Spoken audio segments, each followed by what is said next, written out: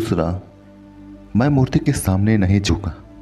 मैं जब Roman Catholic church में गया तो चौंक गया, क्योंकि वहाँ मूर्तियाँ लगी थी, जबकि मैंने बाइबल को पढ़ा था कि तू अपने लिए कोई मूर्ति खुद कर ना बनाना। इस विषय में फादरों से प्रश्न भी किया। उन्होंने उसका जवाब तो दिया और कहा, तू चिंता ना कर, हम मूर्ति की उपासना नहीं करते, वरन उसे तो प्रतीक के तौर पे रखा गया है। इन तर्कों से मेरा मुंह तो बंद हो गया, पर अंतर मन में एक धीमी आवाज मुझे यही सलाह देती रही कि मैं किसी मूर्ति के सामने ना झुकूं। एक दिन हम सभी ब्रोटो के सामने उपासना के लिए जमा हुए। एक बार फिर मेरे सामने चुनौती थी कि मैं मूर्ति के सामने झुकूं या ना झुकूं। मेरा विवेक इस मामले में बहुत स्पष्ट था। जब सब खड़े हो गए तो मैं भी खड़ा हो गया, और जब सब बैठे तो मैं भी बैठ गया। परंतु जब लोग घुटने टेके तो मैं बैठ गया, क्योंकि मेरा विवेक ऐसा करने से मना कर रहा था।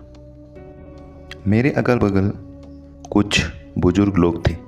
जब उन्होंने मुझे देखा कि घुटना टेकने की वजह बैठ गया हूँ, तो उन्होंने मुझे याद दिलाया, परंतु मैं सिर झुकाकर अपने निर्णय पर डाटा रहा।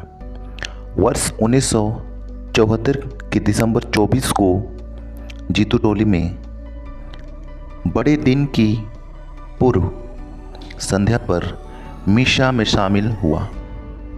करीब 3000 लोग इसमें शामिल थे, जैसा कि रोमन कैथोलिक चर्च की परंपरा है। मिसा के अंत में पवित्र कम्युनियन, होली कम्युनियन या प्रभु भोज लेना होता है। पर उस दिन प्रभु भोज लेने से पहले बालक यीशु की मूर्ति को चूमा करना था, क्योंकि मैं एक विश्वस्त कैथोलिक सदस्य था। इस कारण प्रभु भोज तो जरूर लेना चाहता था, पर बालक यीशु की मूर्ति को चूमन का क्या करूं?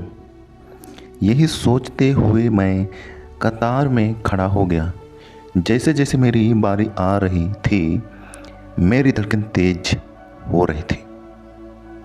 चुमन करूं ना करूं, पर जैसे ही मेरी बारी आई, मैं बिना चुमन ही आगे बढ़ गया।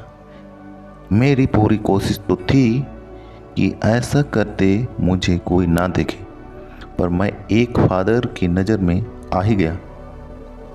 उसने तुरंत दौड़कर मुझे पकड़ लिया और वापस उस टेबल के पास लाया जहां बालक यीशु की मूर्ति को चूमा करना था। उसके बाद ही रोटी लेने के लिए आगे बढ़ना था। मैं टेबल के पास मौन खड़ा रहा, क्योंकि मैं तो अज्ञान होने के कारण चूमा नहीं किया।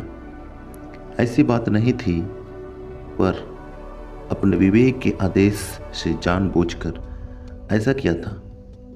जब मैं चुमा करने के मामले में टस से मस नहीं हुआ, तो फादर ने पूछा, क्या तू कैथोलिक हो? मैंने जवाब दिया, हाँ मैं कैथोलिक हूँ। तब फादर बोला, फिर क्या समस्या है? मैंने कोई जवाब नहीं दिया। जब करीब 3 मिनट तक मेरे कारण सारा कार्यक्रम का सिलसिला रुक गया, तो मुझे छोड़ दिया गया, क्योंकि जब तक मैं वहाँ से नहीं हटूंगा, तब तक दूसरा नहीं आ सकता था। जब मैं आगे बढ़ा तो फादर ने कहा, कैसा लड़का है? अगले दिन मैं दिन भर परेशान रहा, यह सोचते हुए कि मैं जो किया सही था या गलत। यह सवाल वर्ष 1976 तक मुझे परेशान करता रहा। परंतु 1976 में जब बाइबल पढ़ा तो मेरा मन साफ हो गया कि वह ईश्वर की ही अगुवाई थी कि मैं मूर्ति के सामने नहीं झुका।